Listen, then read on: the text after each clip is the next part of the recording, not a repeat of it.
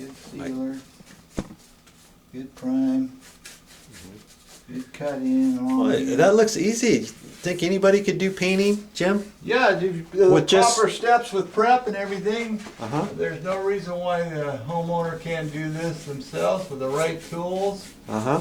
Not a big investment, but you could easily tackle a project like this with not too big of a process, you know. It's just Uh-huh.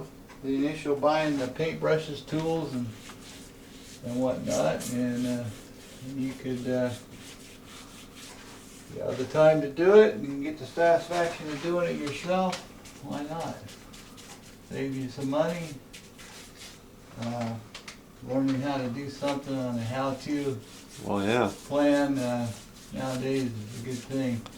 Yeah, because after the first time, even if they haven't done it, they might mess up a little bit, but I mean, anything can be fixable, and you learn as you go, and there's always the second and the next job and the next and the next, isn't there?